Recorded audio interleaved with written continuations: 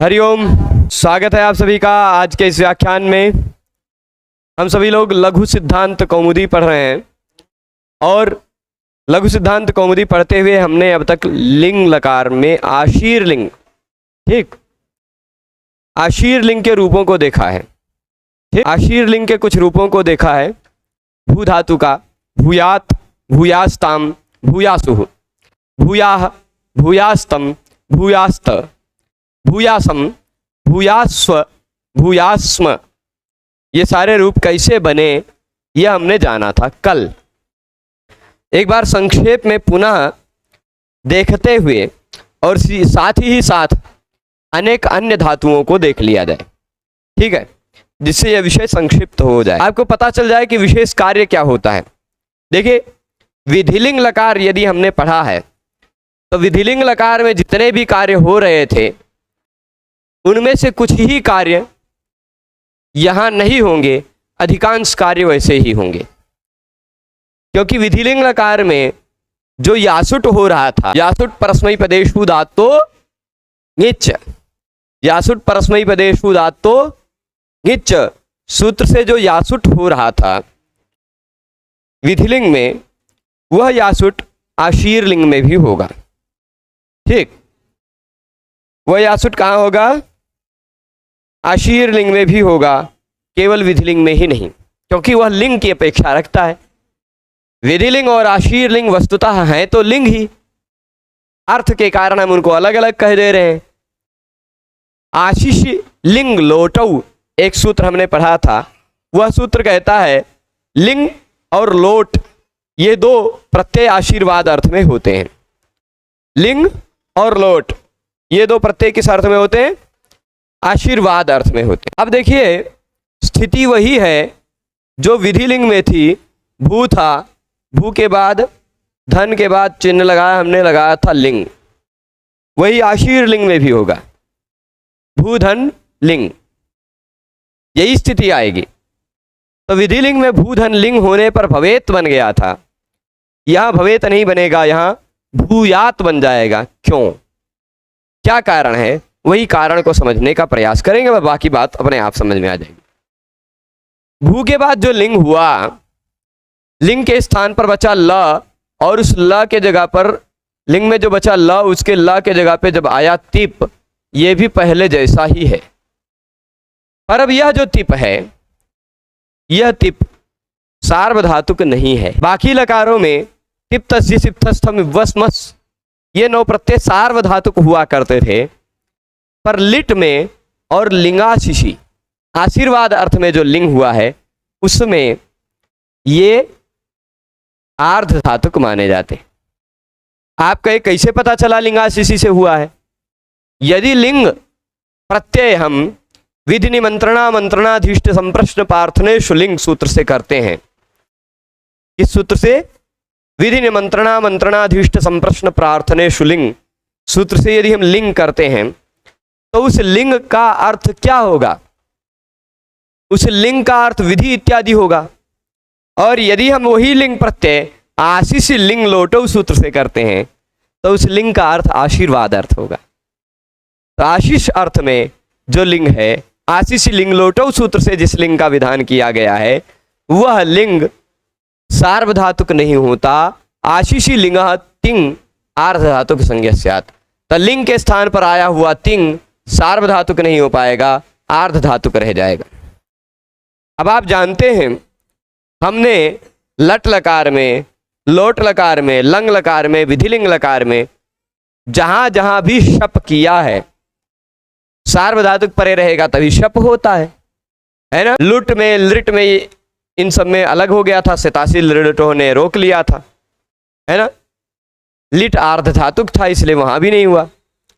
जहां भी शप होता है तुरंत बाद में धातु के बाद कर्ता अर्थ वाला सार्वधातुक प्रत्यय हो तो ही होता है। तो एक अंतर यह आ गया कि यहां कर्तरी शप से शप नहीं हो पाएगा। अंतर क्यों आया वो भी कारण आप समझिए होंगे बढ़िया से, क्योंकि शप आता है तो उसके लिए सार्वधातुक प्रत्यय पर में होना चाहिए। यहां सार्वधातुक नहीं है, आर्धधातुक है। दूसरी बात, यासुट जो था ना, परस्मै पद में जो हो रहा था, यासुट परस्मैपदेषु धातु ङिच्च, वह यासुट आशीर्वाद अर्थ में अगर लिंग लेके लगा है तो वह ङित नहीं रहेगा, कित रहेगा। किदाशिषि, कित आशिषि, ङित नहीं रहेगा, कित रहेगा। कित का मतलब उसमें क की संज्ञा हुई है, ऐसा मानना पड़ेगा। यद्यपि ना तो ङ की संज्ञा हुई है ना तो क की संज्ञा हुई है, फिर भी कित की तरह उसको मानना चाहिए।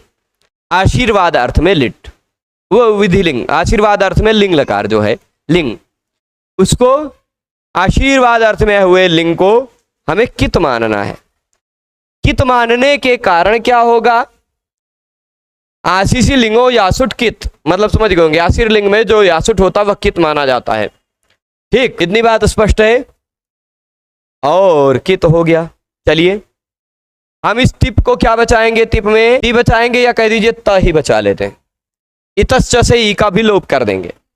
इतश्च तो सभी ङित लकारों में लगता है, लंग में लगा था, विधिलिंग में लगा था, आशीर लिंग में लगा ही रहा है, इसके बाद लुंग और लिंग में भी लगेगा। इतश्च कहता है ङित लकार हो तो उसमें अंतिम में आने वाले ई का लोप हो जाता है, तो ई का भी लोप हो गया। भू तो बचा खाली। ठीक, भू और त। यासुट परस्मैपदेषु धातु ङिच्च से यासुट आएगा, उसमें से बचेगा यास। ठीक, भू यास त। अब यहां जो देखिए ये प्रत्यय कौन सा है? यहां प्रत्यय यास्त है, क्योंकि प्रत्यय को आगम हुआ है यासुट, प्रत्यय को यासुट आगम हुआ है, तो यह यासुट प्रत्यय का ही अंग माना जाएगा। तो यह यासुट और त ये प्रत्यय है, यास्त प्रत्यय है, यास्त है ना। ये जो प्रत्यय है यासुट का यास्त बचा है, यह प्रत्यय है कैसा? तो कहेंगे यह प्रत्यय है ङित। कैसा है? ङित है। क्या क्या मतलब? ङ की संज्ञा वाला है। ठीक, कैसा है? ङ की संज्ञा वाला, यानी उसमें ङ की संज्ञा हुई है ऐसा मानना था, आप वो मानते थे विधिलिंग में। आशीर लिंग में उसको क की संज्ञा वाला मानिए, किदाशिषि। तो यासुट प्रत्यय कित है। यासुट और त, यास्त, यासुट नहीं यास्त, जो पूरा यास्त है वह कित है ऐसा मानेंगे आप। कित है कि नहीं? अब कित प्रत्यय यदि तुरंत पर में हो तो भू को जो सार्वधातु का अर्ध धातु का उससे गुण हो रहा था उसका निषेध हो जाएगा, भू का भू ही बचा रह जाएगा, भू का भू ही बचा रह जाएगा, उसको गुण होकर भो नहीं हो पाएगा। क्यों? क्योंकि बाद में शप नहीं है। शप होता तो शप के कारण हम गुण कर लेते, शप है नहीं तो यासुट के कारण गुण हो नहीं पाएगा, क्योंकि यासुट कित है। सूत्र क्या कहता है? कित, गित और ङित। कवर्ग के 3 वर्ण कौन कौन से? क, ग और ङ। कवर्ग के पहले, दूसरे, पहला, तीसरा और 5वां जो वर्ण है, ये 3 वर्ण अगर कहीं भी इत संज्ञक हुए हों, ठीक, क की इत संज्ञा हुई हो, ग की इत संज्ञा हुई हो और ङ की इत संज्ञा हुई हो, तो इन तीनों में से किसी एक की भी इत संज्ञा हुई हो तो इससे पूर्व में आने वाले धातु के इक को गुण और वृद्धि नहीं होती। जो गुण और वृद्धि कही गई है वह गुण वृद्धि नहीं होती। अब वह गुण चाहे जिस सूत्र से हो रहा हो, वह गुण वह वृद्धि नहीं होगी। ये बात स्पष्ट है। तो अब ये मान लीजिए कित है, तो यहां जो सार्वधातु का अर्ध धातु का उससे गुण हो रहा था वह गुण नहीं होगा। गित, कित और ङित, गित, किन, गिन 3 भाग है बताया गया ना, इनको निमित्त में मान करके जो इक के स्थान पर गुण और वृद्धि हो रही है वो नहीं होती, नहीं होती ना। तो चलिए अब इतना तो पता है आपको कि यह आशीर लिंग लकार चाहे जो प्रत्यय हो, चाहे तिप हो, चाहे तस, चाहे झी, चाहे सिप, थस, थ, मिप, वस्मस, कोई भी हो, सभी प्रत्यय को यासुट आगम होगा। ये बात तो स्पष्ट है, सभी प्रत्यय को यासुट आगम होगा। तो सभी प्रत्ययों को यासुट आगम करके यास प्रत्यय जुड़ जाएगा ना, यास सबसे पहले, क्योंकि लिंग लकार है तो सभी प्रत्ययों को यासुट जोड़कर देख लेते। यहां आते हैं हम, देखिएगा स्थिति क्या है। स्थिति ऐसी है, कलर बदलते हैं। भू है धातु, ठीक। और जो प्रत्यय है ना, ये देखिए प्रत्यय मैं यहां लिख रहा हूं टिप, तस, झी, ठीक, सिप, हस, था, तीन इधर लिख दिए इतने, और यहां लिख देते हैं मिप, वस, मस, यही इतने तो प्रत्यय हैं। ये प्रत्यय बन क्या जाएंगे? यासुट आगम होगा। टिप में से आप जानते हैं कि गित लकारों में टिप में से खाली बचता है तो यहां आ क्या जाएगा? यास्त। यासुट आगम का यास जुड़ेगा त के पहले, है ना। तस के जगह पे क्या हो जाता है? तस के जगह पे क्या होता है? तस थस थमेपाम ताम तम तामह, ताम हो जाता है। पर यासुट आगम होकर क्या बन जाएगा? यास्ताम होगा कि नहीं? वह ताम यास्ताम बन जाएगा। मैं इस यास्ताम को ही थोड़ा सा बड़ा सा लिख देता हूं जिससे आप ताम को ना जोड़ने लग जाएं, कोई दिक्कत नहीं। मैं इसको यास्ताम लिख दूं तो फिर उसके बाद झी के जगह पे क्या हो जाता है? झेर जुस। झेर जुस सूत्र से झी के जगह पे हो जाता है जुस। जुस में से बचता क्या है? उसको यास आगम होगा तो यास उस जुड़ेगा, यासुह बन जाएगा, है ना। यासुस, स को विसर्ग हो जाएगा, यासुह, ठीक। और सिप में से बचता क्या है? स। सिप में से बचता क्या है? तो यास स। सिप में से खाली स बचता है, यास स। अब यास स डबल स हुआ जो आधा, संयोगांत हो जाएगा। इसको संयोगाद्य और अंत्य च सूत्र से आप पहले स का लोप कर देंगे तो बचेगा खाली यास, ठीक। क्या बचेगा? ठीक। इस यास के स को हम विसर्ग कर देंगे तो बन जाएगा या, हो जाएगा। थस के जगह पे क्या हो जाता है? थस थस थमिपाम ताम तम तामह। इस सूत्र से थस के जगह पे तम हो जाता है। यासुट आगम होकर वह तम बनेगा क्या? यास्तम बनेगा कि नहीं? और थ के जगह पे हो जाता है त, यासुट आगम होकर बन जाएगा यास्त, ठीक। समझ रहे हैं? अब यहां मिप है, मिप के जगह पे अम होगा तो और यास आगम होगा यासुट, तो यासम। वस में यास आगम होगा यासुट का, यास बचेगा। और वस के स का लोप होगा तो यास्व।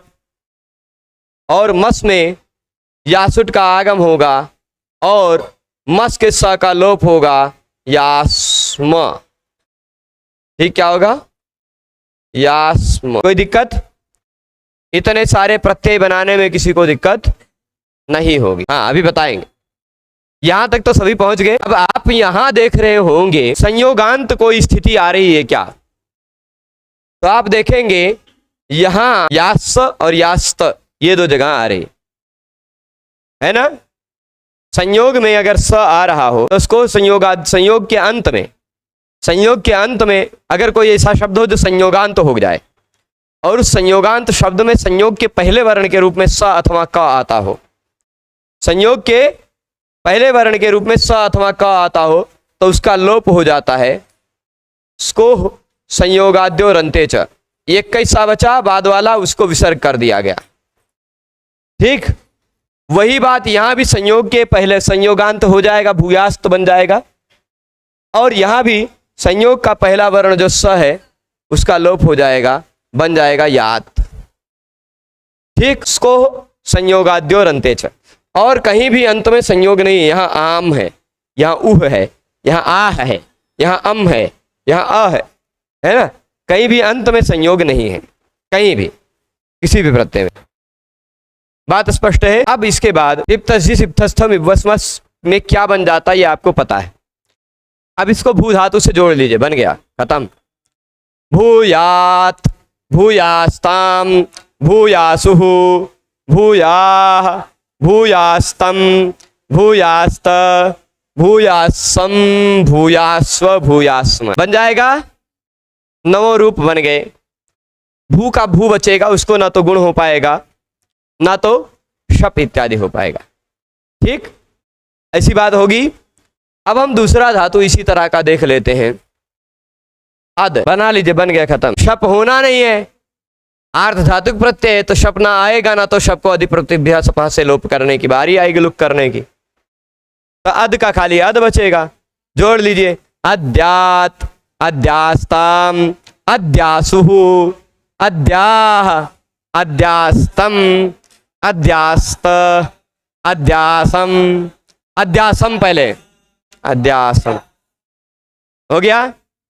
कोई अंतर नहीं आएगा किसी भी लकार में, प्रत्यय में, कि मतलब किसी भी धातु में ये प्रत्यय का कोई परिवर्तन नहीं दिखाई पड़ेगा, क्योंकि धातु के स्वरूप में कोई अंतर ये नहीं करेगा।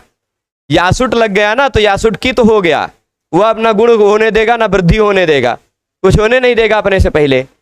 तो हु जो बचा है, हु धातु क्या है, अच्छा अस बचा है, अस बचा है। हाँ चलिए, अस धातु को क्या देखना, अस धातु के बाद तिप प्रत्यय लगा है, वह आर्ध धातुक है। अस धातु के बाद जो तिप प्रत्यय लगा है वह कैसा है, आर्ध धातुक है कि नहीं। तो आर्ध धातुक प्रत्यय परे रहने पर, कौन सा प्रत्यय, आर्ध धातुक प्रत्यय परे रहने पर होता यह है कि अस धातु के स्थान पर भू हो जाता है, अस्तेर भू।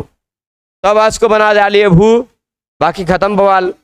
भूयात, भूयास्ताम, भूयासुहु, भूयाह, भूयास्तम, भूयास्त, भूयासम, भूयास्व, भूयास्म। ठीक, ये न वो बन जाएगा। अब धातु हम आते हैं, कौन सी धातु, हु धातु। धातु है मूलतः हु, धातु मूल क्या है, हु, लेकिन बन जाएगी हु। क्या बन जाएगी, धातु मूलतः हु है, लेकिन बन जाएगी हु। कैसे हु हो जाएगी, अकृत सार्वधातुकयोर दीर्घा। नियम क्या है, अकृत सार्वधातुकयोर दीर्घा। धातु के बाद, धातु के बाद कित गित प्रत्यय हो। कौन सा प्रत्यय हो, कित प्रत्यय हो या गित प्रत्यय हो। समझिएगा, कई शर्त कह रहा है ये, अकृत सार्वधातुकयोर दीर्घा। कहता धातु के बाद कित या गित प्रत्यय हो, यहाँ कित है, या सुट कित माना जाता है किदास इसी सूत्र से। धातु के बाद कित या गित प्रत्यय हो, और धातु हो अजंत। धातु कैसी हो, अजंत, यानी उसका अंतिम वर्ण अच हो, स्वर वर्ण हो। तो ऐसे अजंत अंग को दीर्घ हो जाता है यदि प्रत्यय तुरंत बाद में कित हो या गित हो। पर शर्त क्या है, उसके बाद लगा हुआ जो प्रत्यय है कित या गित, वह कृत प्रत्यय ना हो। कृत प्रत्यय ना हो, कृत प्रत्यय नहीं मतलब कृदंत वाला है ना, और वह सार्वधातुक प्रत्यय भी ना हो। अकृत सार्वधातुकयो, कृत और सार्वधातुक से भिन्न प्रत्यय हो। कैसा प्रत्यय हो, कृत और सार्वधातुक, इन दोनों से भिन्न प्रत्यय हो, कित हो, गित हो। तो ये देखिए, ये प्रत्यय ना तो कृत है ना तो सार्वधातुक है, और कित है, सारी विशेषताएं हैं। उससे पहले आने वाले अजंत धातु को, अजंत अंग को दीर्घ हो जाता है, तो यह हु जो है वह हु बन जाएगा। बन गया, बाकी आगे हुयात, हुयास्ताम, हुयासुहु, हुयाह, हुयास्तम, हुयास्त, हुयासम, हुयास्व, हुयास्म। बन जाएगा हु। खाली हु को आप हु करना है बस, और कुछ नहीं करना है। हु के बाद आते हैं दिव धातु पर। कौन सी धातु पर, दिव धातु पर आते हैं।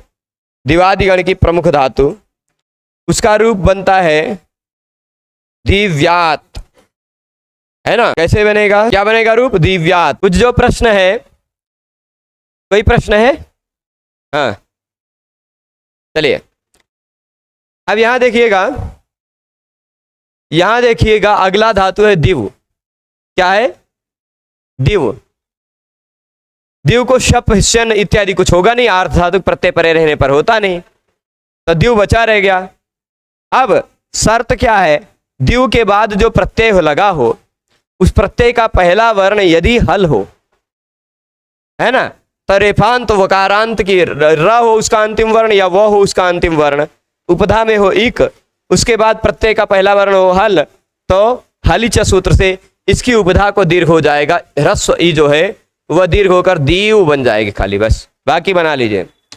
दिव्यात, दिव्यास्ताम, दिव्यासुः, दिव्याः, दिव्यास्तम, दिव्यास्त, दिव्यासम, दिव्यास्व, दिव्यासम, दिव्यास्म।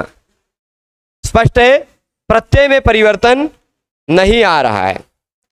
दिवादी के बाद आ जाते हैं हम स्वादि में, सु धातु, शुई अभिशवे, उसका रूप बनेगा, देखिए धातु लिखते हैं हम सु, सु है, अगर हु को हु कर सकते हैं तो सु को सु काहे नहीं कर सकते, कर सकते हैं ना। अकृत सार्वधातुकयोर दीर्घा से कहेगा कि सार्वधातुक प्रत्यय नहीं है पर में, कृत प्रत्यय नहीं है पर में, और वह कित गित प्रत्यय है, तो कृत से भिन्न, सार्वधातुक से भिन्न, क की या ङ की संज्ञा वाला प्रत्यय पर में हो तो उससे पूर्व में आने वाले अच को दीर्घ हो जाता है। तो सु हो गया सुयात, सुयास्ताम, सुयासुः, सुयाः, सुयास्तम, सुयास्त, सुयासम, सुयास्व, सुयास्म। इसके बाद स्वादि के बाद आ जाएगा तुदादिगण का है ना, तुद धातु ही दिया है, स्वादि के बाद तुद ही दिया होगा, तुद्यात बनेगा, तुद लिख देते हैं। जैसे आद में कुछ परिवर्तन नहीं हो गया वैसे सुद में, तुद में भी कोई परिवर्तन नहीं होगा। क्या हो जाएगा, तुद्यात, तुद्यास्ताम, तुद्यासुः, तुद्याः, तुद्यास्तम, तुद्यास्त, तुद्यासम, तुद्यास्व, तुद्यास्म। प्रत्यय पर ही काम करना है, प्रकृति में कोई बहुत विशेष नहीं, जहां करना है वो मैं हम बताते चल रहा हूं। तुद के बाद तनु विस्तारे धातु है ना, वहां तनु विस्तारे जो धातु है वहां थोड़ा सा, हाँ वहां बनेगा, देखिएगा तनु का बचता क्या है, तन, तनादि क्रियभ्यः उह तो आएगा नहीं, तनादि क्रियभ्यः उह से जो होना चाहिए उ, वह उ तो आएगा नहीं, नहीं आएगा ना उ, क्योंकि सार्वधातुक प्रत्यय परे रहने पर आता है, तो तनु का तन खाली बचेगा ही। इसी को जोड़िए, तन्यात, तन्यास्ताम, तन्यासुः, तन्याः, तन्यास्तम, तन्यास्त, तन्यासम, तन्यास्व, तन्यास्म। ठीक है, हम अब आ जाते हैं, फिर तन के बाद क्रि धातु दिया होगा, क्रि धातु दिया है ना, यहां थोड़ा सा कुछ विशेष नियम लगेगा। ठीक, यहां कुछ विशेष नियम लगेगा, कौन से में, क्रि धातु। यहां होगा क्या, श प्रत्यय पर में हो, श प्रत्यय पर में हो, समझिएगा, यक प्रत्यय पर में हो या लिंग प्रत्यय पर में हो, ठीक है, पर वह जो श प्रत्यय, यक प्रत्यय और लिंग प्रत्यय अकृत सार्वधातुकयो हो, समझिएगा, स प्रत्यय पर हो, यक प्रत्यय पर में हो, अथवा लिंग लकार हो असार्वधातुक वाला। कैसा वाला, सार्वधातुक से भिन्न, सार्वधातुक से भिन्न लिंग लकार हो, इसीलिए विधिलिंग में नहीं लगा है ना, सार्वधातुक से भिन्न, खाली अभी सूत्र मैं लिख दे रहा हूं, सूत्र है रिंग श यग लिंग छु, रिंग शयग लिंग छु। ठीक, यहां लिंग छु थोड़ा हो सकता है साफ साफ न दिखाई पड़ रहा हो, पर श यग ली दिखाई पड़ रहा है आपको, तो इसी को हम आधा ङ और फिर छु, ठीक, रिंग श यक लिंग छु।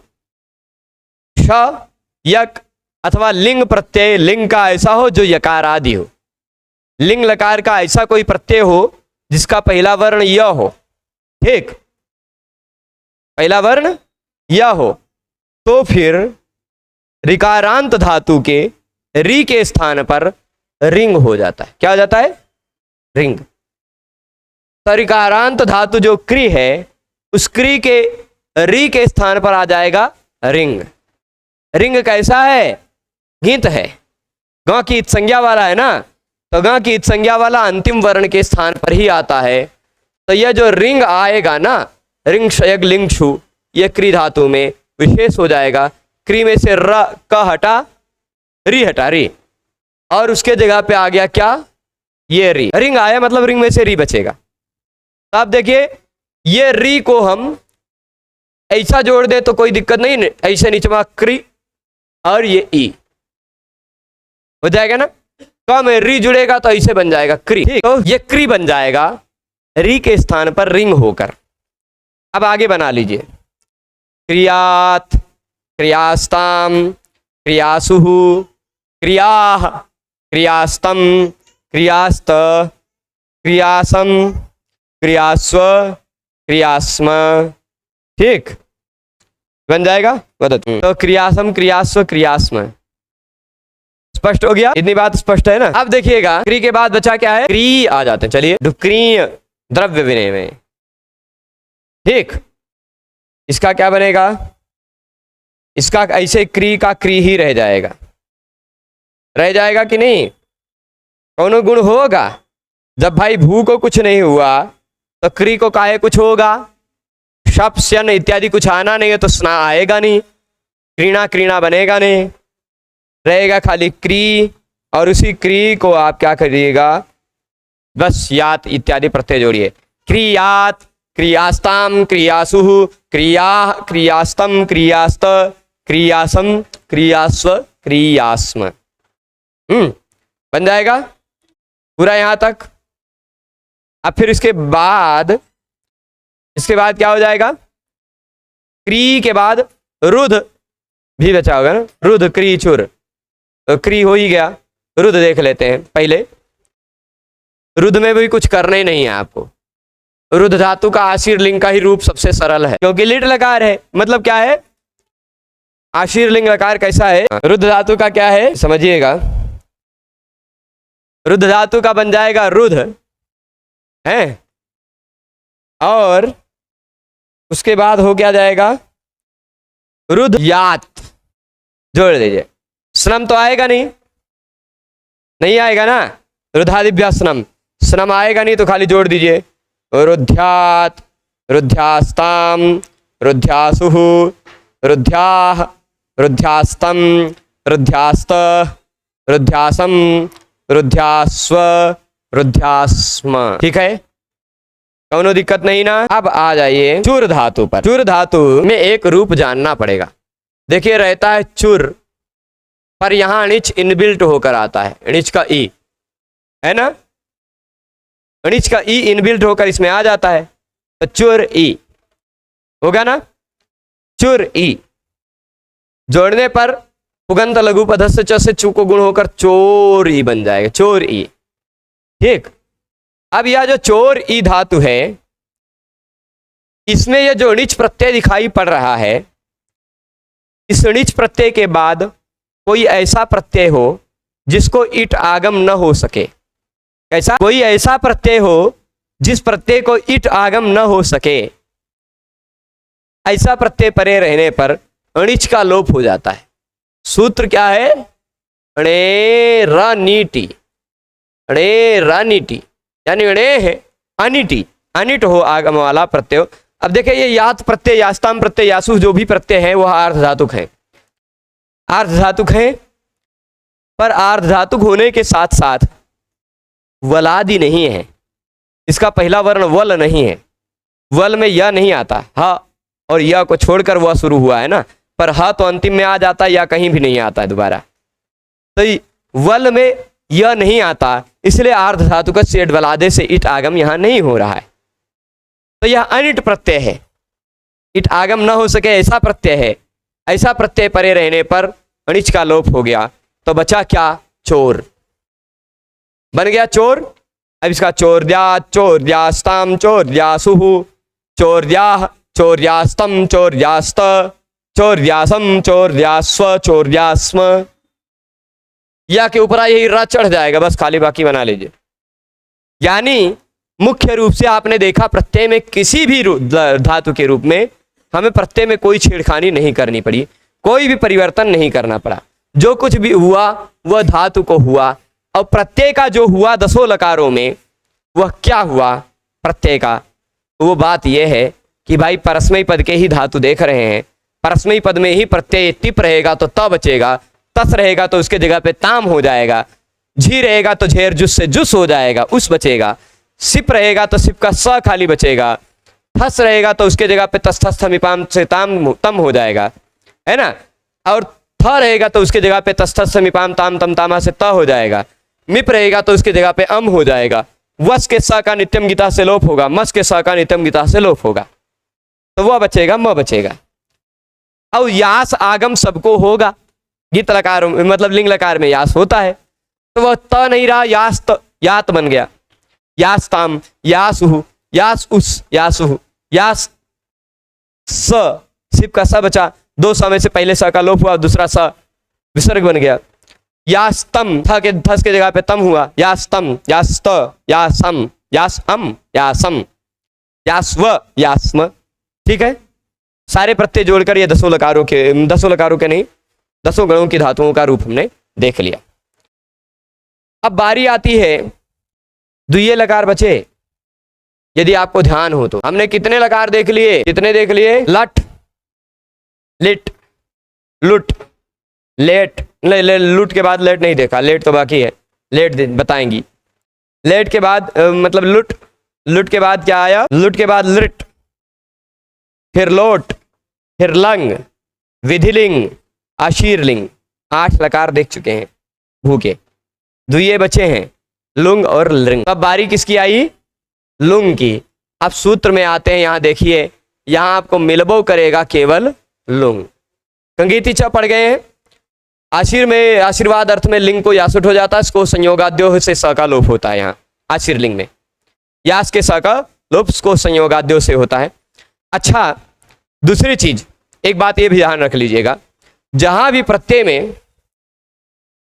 में पहला वर्ण त अथवा थ है, ठीक, अन्य आचार्यों के मत से, अन्य आचार्यों के मत में जहां प्रत्यय में पहला वर्ण त अथवा थ है, जैसे यहां है ना, वहां सुट तिथो से सुट का भी आगम होता है अन्य आचार्यों के मत में, यानी डबल स हो जाता है। यास ताम नहीं होता, देखे, यास ताम नहीं होता, डबल स वाला होता है। तो सुट वाला जो स है उसका झलो झली से लोप हो जाता है। झलो झली, ये झलो झली कहता क्या है? अन्य आचार्यों के मत की बात कर रहे हैं, लघु सिद्धांत कौमुदी के मत की बात नहीं। झलो झली कहता है दो झल वर्णों के बीच में अगर स आ जाए तो उसका लोप हो जाता है। किसका? दो झल वर्णों के बीच में। अब यास्ताम, यासुहु इत्यादि में स के पहले यास का आ है, परंतु अगर ऐसा हो जाता तो आप देखिए ये स भी झल है, ये त भी झल है, दो झल के बीच में आने वाले स का लोप हो जाता है। यहां देखिए ये स झल है, ये त झल है, दो झल के बीच में आने वाले बीच वाले सुट के स का लोप हो जाता है अन्य आचार्यों के मत में। तो भी भूयास्ताम यास त वही बचता, और को संयोगाद्योरंते च से यास्त वाले के स का पहले वाले का लोप होता। ठीक, तो अन्य आचार्यों का भी मत हो गया संक्षिप्त में। अब हम आते हैं लुंग। कौन से लकार पे? लुंग। ये लुंग जी क्या कहते हैं? देखिए ये पूरा बता दिया। गीत को, कित को, ङित को निमित्त मानकर अगर गुण हो रहा हो तो वह नहीं होता। भूयात, भूयास्ताम, भूयासु, भूया, भूयास्तम, भूयास्त, भूयासम, भूयास्व, भूयास्म, ये बन गया, पूरा बना लिया हमने। अब आ जाते हैं हम लुंग पर। सूत्र है केवल लुंग, और आप देखिएगा 3 2 84 सूत्र नंबर निकालिएगा। 3 2 84 सूत्र है भूते। क्या सूत्र? भूते। और वहां आप देखेंगे उसकी अनुवृत्ति आ रही होगी बहुत सारी, 122, ठीक, यानी 110 तक तो आ ही रही है। किसकी अनुवृत्ति आ रही है? खाली खाल भूते की ही आ रही होगी, प्रेत व्रेत और किसी की नहीं आ रही होगी, है ना। भूते तो मतलब क्या हो गया? भूत काल अर्थ में धातु से लुंग जोड़ना चाहिए। आप कहेंगे भूत के लिए तो हमने लिट देख लिया, लंग देख लिया, ये कौन सा बला आ गया लुंग। तो आपको बता दें, भूतकाल में जितनी स्वतंत्रता से आप इस लकार का प्रयोग कर सकते हैं, उतनी स्वतंत्रता से आप सभी बाकी दोनों का प्रयोग नहीं कर सकते। ये सामान्य भूतकाल है, ठीक। अच्छा, इसमें भ्रांति भी हुई है, कुछ अच्छे अच्छे विद्वानों को भ्रांति हुई है इसमें, वो थोड़ा सा मैं क्लियर करूंगा उस बात। भू धातु रहेगा, लुंग होगा, है ना। यह जो लुंग होगा, लुंग लंग और लिट से क्या अंतर है? अगर आप कहें लुंग की जरूरत नहीं, लंग लगा ले तो लंग में एक बाउंडेशन है, एक बाधक है कि आज के लिए आप लंग का प्रयोग नहीं कर सकते। पाणिनि भगवान ने कहा अनद्यतने लंग, आज का भूतकाल हो उसमें लंग का प्रयोग नहीं हो सकता, आज के सिवाय का कोई भूतकाल हो उसमें लंग लग सकता है, ठीक। फिर उसके बाद क्या कहा?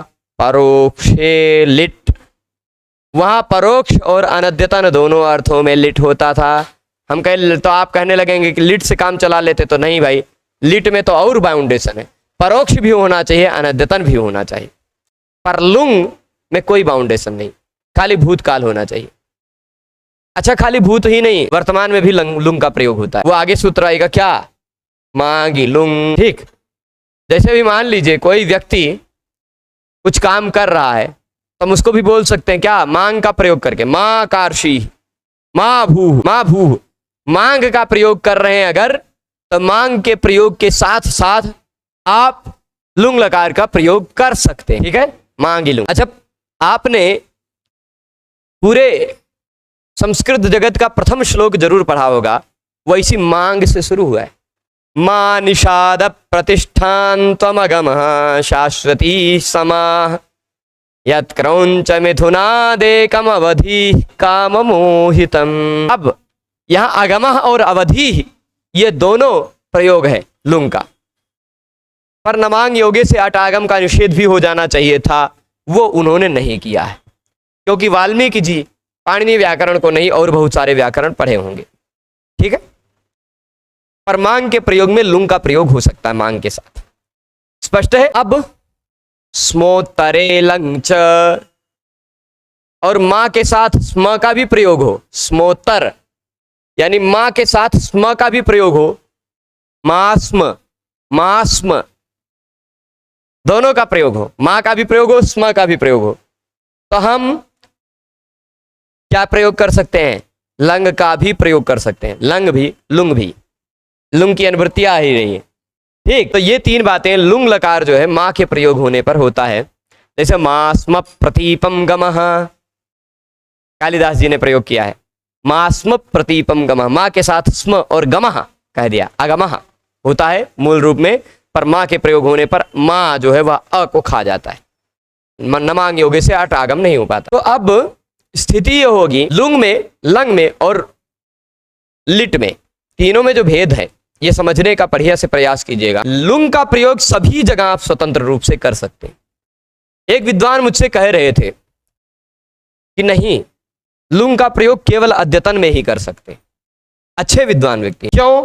उसके प्रति वह कारण दे रहे थे, क्योंकि अनद्यतन में तो लंग है, अनद्यतन में लंग के द्वारा लुंग का बाध हो जाएगा। अनद्यतन में लंग है, अनद्यतन में केवल लंग का प्रयोग करें और अद्यतन बाकी बचा जो भविष्य, ऐसा कहना होता तो शेषे लुंग पाणिनि जी कहते, जो शेष बचा उसमें लुंग, वो तो कहा नहीं, केवल कहा भूते लुंग, भूत में लुंग होगा, यानी कैसा भी भूत हो तो वह अभिप्राय है। और यदि ऐसा माना जाए कि अनद्यतने कह देने से, अनद्यतन में लंग कह देने से अनद्यतन में अगर लुंग नहीं हो सकता, यदि ऐसा मानने लगे, तब तो अनद्यतन में उन्होंने अगर लिट कह दिया था, तब फिर लंग कहने की जरूरतें नहीं थी, और अगर लंग कह दिया गया है तो फिर लिट की जरूरतें नहीं। ऐसे बहुत सारे प्रयोग हैं जहां लंग भी दिखता है, जहां लिट भी दिखता है। पर मैंने उनसे कहा नहीं गुरुजी, ऐसा नहीं होगा, क्योंकि लुंग का प्रयोग बहुत, आज के भविष्य काल में, आज के भूतकाल में भी हम अभूत कह सकते हैं, कल जो हुआ था उसके में भी अभूत कह सकते हैं, और जो हजारों साल पहले हुआ था उसमें भी अभूत कह सकते हैं। ठीक जैसे मैंने वहां पर कुछ प्रयोग दिखाया, उदयनाचार्य के प्रसंग को लिखा हुआ था कहीं, तो नाभूत दर्शनम तस्मै, उनको दर्शन नहीं हुआ। जगन्नाथ में गए, वहां दर्शन नहीं हुआ, नाभूत। और मैंने वहां तुरंत भट्टी काव्य का प्रथम श्लोक का संदर्भ दिया, अभून नृपो विबुध शख परंतपः श्रुतान्वितो दशरथ इत्युदाहृतः गुणैर्वरम भुवन हितच्छलेन यम सनातनः पितरमुपागमत् स्वयं। यहां पर पहला शब्द भट्टी ने अभूत से ही शुरू किया है। यदि अभूत का केवल आज के लिए प्रयोग करना होता तो भट्टी जैसा कौन व्याकरण ज्ञाता हुआ है, बहुत बड़े व्याकरण थे। उन्होंने अभूत का भूतकाल में, ऐसे भूतकाल में जो बहुत भूतकाल है, एकदम परोक्ष जैसा है हम सबके लिए, उसमें अभूत का प्रयोग किया है।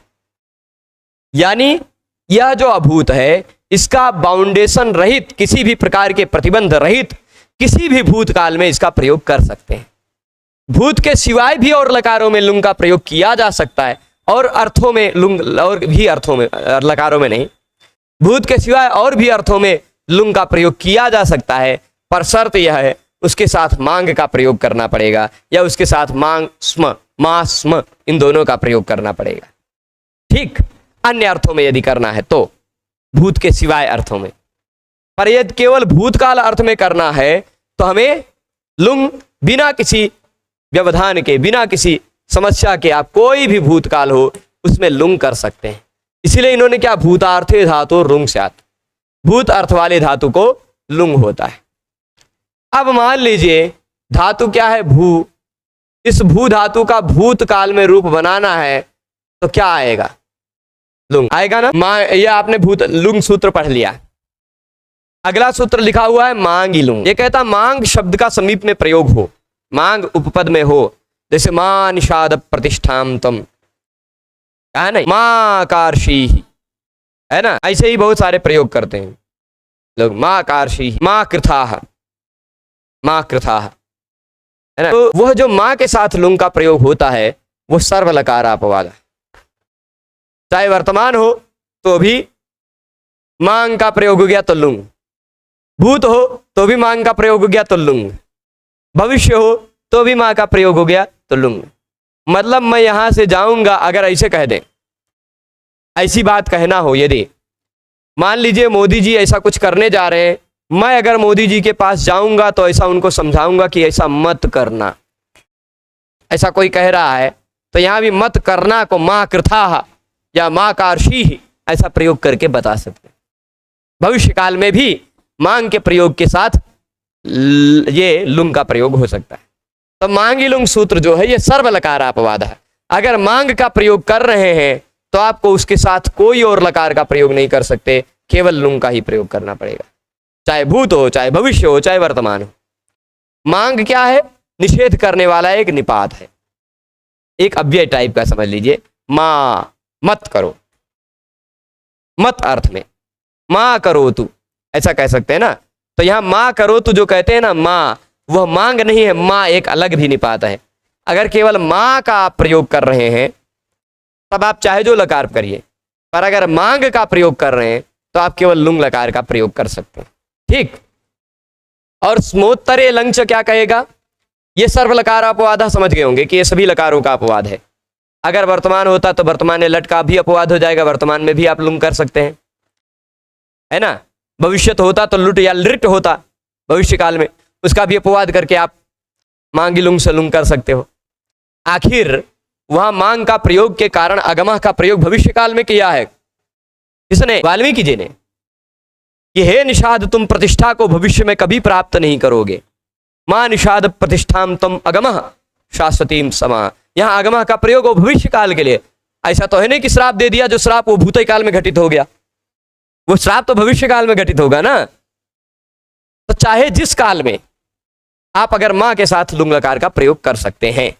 स्पष्ट है। स्मोत्तरे लंच, अगर स्म का प्रयोग कर रहे हैं, स्म उत्तर, यानी मां के तुरंत उत्तर में, मां के तुरंत पर में स्म भी हो, खाली मां ना हो, खाली मांग ना हो, मां स्म हो, मां स्म, तो लंग च लंग का भी प्रयोग किया जा सकता है, लंग का भी प्रयोग किया जा सकता है। लंग च कहने से क्या कहना चाह रहे हैं कि केवल लंग नहीं, लंग और लुंग भी होगा, क्योंकि लुंग की तो अनुवृत्ति आ रही है यहाँ 175 से 176 में।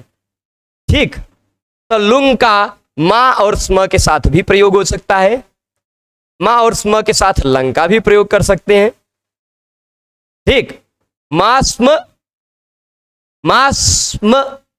करो है ना, मास्म हमने अभी अभवत पढ़ा ना, मास्म भवत, अभवत को आ खाली हटा दीजिए, वो लंग लकार का प्रयोग है भाई।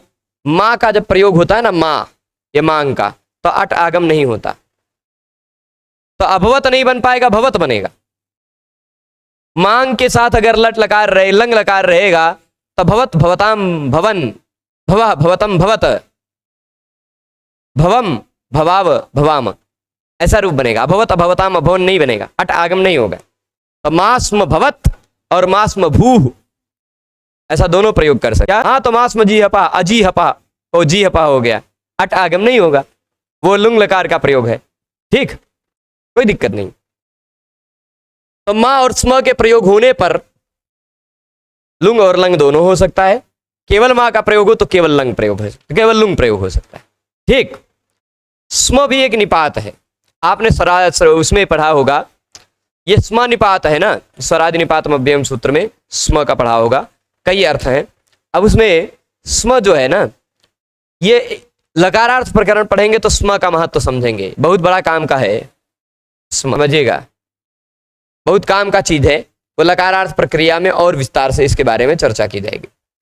अब आप ये जान गए कि हमने भू के बाद कर दिया क्या, भू धन लिंग, वो लुंग, भू धन लुंग, किस सूत्र से आया लुंग, सूत्र वही उतना ही बड़ा है, लुंग सूत्र उतना ही बड़ा है ना। सूत्र ने क्या कहा, लुंग, धातु के बाद आप लुंग का प्रयोग कर सकते हैं। तो भू धातु के बाद हमने लुंग का प्रयोग कर दिया। अब लुंग के जगह पे क्या लाएंगे, लुंग के जगह पे क्या लाएंगे, टिप लाएंगे ना, अल्लाह बचेगा उसका, उसके जगह पे टिप ले आएंगे। अब भू धन टिप हुआ, यहां पूछने लगेंगे कि गुरुजी यहां भी हम कर्तरी शब्द कर सकते हैं कि नहीं, कर्तरी शब्द कर सकते हैं ना, लगेगा कि नहीं लगेगा, कि भाई धातु है, धातु के बाद सार्वधातु कर्ता अर्थ वाला प्रत्यय है, तो शब्द कर सकते हैं कि नहीं। लेकिन तभी ये सूत्र आ जाएंगे लुंगी लेके, क्या कहेगा, चिली लुंगी। लुंग लकार में, लिंग लकार क्या है, लुंग लकार में शप नहीं होता, क्या होता है, लुंग लकार में चिली नहीं होता, वो शप नहीं होता, शप के प्रतिनिधि के रूप में चिली आ जाता है। क्या आ जाता है, चिली, आधा च और ली, चिली। ठीक, अब चुट्टू से आप ट की संज्ञा करके ली बना सकते हैं तो बना सकते, लेकिन ली बचा, ली के जगह पे ये फिर अगला सूत्र आ गया, ये शबाद्य अपवाद, ये क्या कह रहा है, शप इत्यादि का यह अपवाद है। किसका अपवाद है, शप इत्यादि का अपवाद है। अच्छा, एक रूप बता रहे हैं तो एक रूप से बाकी रूपों को समझने का प्रयास कीजिएगा, चाहे तिप हो, चाहे तस हो, चाहे झी हो, चाहे सिप हो, चाहे थस हो, चाहे थ हो, चाहे मिप, चाहे वस, चाहे मस, इन 9 जगहों पर चिली लुंगी से चिली तो आइबे करेगा, आएगा ना। फिर अगला सूत्र भी लगेगा, चिले सिच, चिली के स्थान पर सिच हो जाता है। ठीक, चिली के स्थान पर सिच हो जाता है, ठीक है, चिले सिच, कोई शर्त नहीं, ये सामान्य नियम है। सभी चिली कहीं भी चिली दिख रहा हो तो उस चिली के जगह पे सिच हो सकता है। ठीक, अब आपके मन में प्रश्न उठेगा कि पाणिनि जी काहे चिली लुंगी करने लगे, चिले सिच करने लगे, है ना। तो चिली ना करके सीधे सिच कर देते, चिली ना करके सीधे सिच कर देते तो भी काम चल जाता, चलता है कि नहीं, कह देते लुंगी सिच। अच्छा, हेमचंद्र ने और हरिनामामृत व्याकरणकार ने चिली नहीं किया, वह जिस प्रकार की धातुओं से जिस प्रकार के विकरण हो जाते हैं, पाणिनि व्याकरण में यह एक विशेषता है कि जो चिली आ रही है ना, चिली, वह चिली के स्थान पर कुछ ना कुछ होगा हमेशा, उस चिली के स्थान पर कुछ ना कुछ होगा हमेशा जरूर, चाहे कभी सिच हो जाएगा, कभी चंग हो जाएगा, कभी अंग हो जाएगा, कभी स हो जाएगा, कभी कुछ होगा, कभी चिड़ हो जाएगा। मतलब ये चिली ऐसा है जो गिरगिट से भी ज्यादा स्वरूप बदलता है। शप में तो खाली अ बचता था, लेकिन ये जो चिली है ना, ये चिली बहुत ही स्वरूप बदले, ठीक है। तो चिले सिच से क्या हो जाएगा, चिली के जगह पे आ जाएगा मान लीजिए सिच।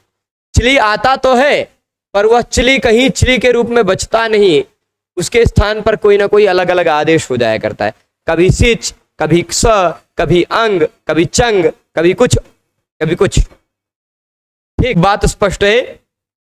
तो चिले सिच ने क्या कहा, चिली के स्थान पर सिच होगा। लुंग लकार में जो चिली है उस चिली के स्थान पर सिच होगा। खाली इतनी ही बात इस सूत्र का, ठीक है। अब सिच में इकार उच्चारणार्थ है, चकार स्वर के लिए है। बचता है सिच में से केवल क्या, बचता है क्या, ठीक है, कोई दिक्कत। अच्छा, ये लुंग लकार है कि नहीं, तो लुंग लंग छुदाता से अभी अट आगम भी कर दे, अट आगम होगा, अट का बचेगा खाली अ, तो अभू बना लेते हैं भू को, ये तो होगा ही। लुंग लकार, लंग लकार और लृंग लकार तीन में होना था। तो अब ये चाहे ति प्रत्यय हो, चाहे तस हो, चाहे मस्त कोई भी हो, लुंग लकार है तो अट आगम होगा ही, यानी जो भू है वह अभू बनेगा ही, भू जो है वह अभू बनेगा ही, बनेगा। अब इसके बाद चिली आएगा ही सब जगह, चिली लुंगी से, चिले सिच से उसके जगह पे सिच होगा ही सभी जगह, चिले सिच से क्या हो जाएगा, उसके जगह पे सिच हो जाएगा सभी जगह, ठीक। अब वो चिले सिच से जब सिच हो जाएगा तो सिच में से बचेगा क्या, स, सिच में से क्या बचेगा, स, ठीक। अब जो बचेगा स, उस स का अगला सूत्र आएगा बड़ा काम का, अभू स तिप, ऐसा ध्यान रखिएगा। गात, ये देखिए चिले सिच छोटा छोटा सूत्र बता रहे हैं। चिली लुंगी ने कहा सप इत्यादि का अपवाद है, चिले सिच ने कहा चिली के स्थान पर सिच हो जाता है, ई और च की इत संज्ञा हो जाती है, बचता है खाली स। इच्छा वितऊ यानी ई और च इत संज्ञक हैं, सिच में से ई और च इत संज्ञक हैं, खाली इतना ही बताया और कुछ नहीं बताया, ठीक। सिच में से केवल ई और च इत संज्ञक हैं, ठीक। अब इसके बाद स बचा है, वो क्या हो जाएगा, गातिस्था घुपा भूभ्यस्य च परस्मै पदेशो, गातिस्था घुपा भूभ्यस्य च परस्मै पदेशो। गा धातु हो, स्था धातु हो, गाति लिखा है ना, वह गा धातु हो, स्था धातु हो, भू धातु, घू। आप कहेंगे घू क्या है, दा धातु या धा धातु, ऐसी कोई भी धातु जिसमें दा बच जाता है, दा धा घु दा, है ना, दा धातु या धा धातु को घू कहा जाता है। अब दा रूप वाली दा धातु कैसी भी हो, चाहे दाप और दैप को छोड़कर, दाप और दैप इन दो धातु को छोड़कर जो भी धातु में दा बच जाता है, चाहे वह दाण हो, चाहे वह डुदाई हो, चाहे वह एक दा भी है ना, दो अवखंडने हो, देंग रक्षणे हो, हाँ, तो वह चाहे दे हो चाहे दा हो, सब में जिसमें भी दा बन जाता है, चाहे वह धेट पाने हो, चाहे वह धेट पाने हो, चाहे वह धा हो, चाहे डुधाई हो, है ना, कोई भी धातु हो वो घू कहा जाता है। तो घू संज्ञक धातु, पा धातु, भू धातु, लिस्ट दे दी, गा, स्था, घू, घू संज्ञक धातु दाधा वाली, तो गा, स्था, दाधा, पा, सारे आकारांत धातु हैं। इन सारी धातुओं में एक लिस्ट दे दी, भू। इतनी धातुओं के बाद परस्मई पद में यदि सिच आ रहा हो तो उसका लोप हो जाता है, खत्म। अब आप कहेंगे जब पूरा खत्म ही करना था, लाया क्यों, कुछ काम करने के लिए लाया। यदि नहीं लाते तो और बहुत सारे जगहों पर समस्या आती, सिच वृद्धि परस्मई पदेषु इत्यादि में वृद्धि नहीं हो पाती, है ना। तो कहीं इस धातु में भले ना दिखाई पड़े, इतनी धातु में, गा धातु, स्था धातु, घु धातु, भू धातु, खाली इतने ही धातु हैं क्या, धातु तो 2000 के आसपास है, और धातु में उस सिच का कुछ और होता होगा, ठीक। आप ऐधिष्ट रूप पढ़ेंगे, वहां सिच सुना ही पड़ेगा, ऐधिष्ट, ऐधिशाताम, ऐधिशत, वहां सिच है, ठीक, तो इतने धातु के बाद आए सिच तो वह लुक हो जाता है, गायब हो जाता है, मतलब कुछ नहीं बचता उस सिच में से। बात है स्पष्ट, स्पष्ट है ना। तो गा पा विहेण आदेश पिबती गृह्यते। तात्पर्य क्या कह रहे हैं, या इसको भी छोड़िए। गा पा विह, गा पौ इह, गा और पौ, ये जो गा धातु और पा धातु जो है, ये दो धातु यहाँ उनके आदेश भी हो जाते हैं उनके स्थान पर। ठीक, अब गा क्या है, गा कोई धातु है क्या, मूलतः तो धातु गई है, तो गई है क्या ज्ञा, नहीं, इणादेश गा है एक, इणो गा लूंगी एक सूत्र है, वह कहता है इण धातु को लुंग लकार में गा आदेश हो जाता है, इण धातु इण नहीं बचता, गा बन जाता है। तो यहां जो गा कहा जा रहा है वह गा कौन सा वाला गा है, वह गा यहां पर इणादेश वाला गा है, इण के स्थान पर जो गा आया वो वाला गा है। इणादेश मतलब इण के जगह पर इणो गा लूंगी सूत्र से जो गा आ गया उसका ग्रहण करना है। ठीक, अध्यगात, अगात, अध्यगात, अगात, ये सब रूप बने। तो अब पा का है, पा तो आप कहेंगे पा के जगह पे जो पिब हो जाता है वही पिबती वाला धातु ही पा लेना है, क्योंकि पा धातु भी दुई है, पा रक्षणे भी है और पा पाने भी है। एक पा रक्षणे है जो आदादी में पाति पाता पांति, पासी पाथा पाथ, पामी पावह पामह, ऐसा रूप बनता है। पा धातु वो भी है, यहां वो वाले पा का ग्रहण नहीं करना है, तिब्बती वाला जो पा है उसका ग्रहण करना है। गा गई वाला भी गा हो सकता है, ठीक, गई वाला भी ग हो सकता है, लेकिन उसका ग्रहण नहीं करना है, इण के स्थान पर जो गा हुआ है उसका ग्रहण करना है।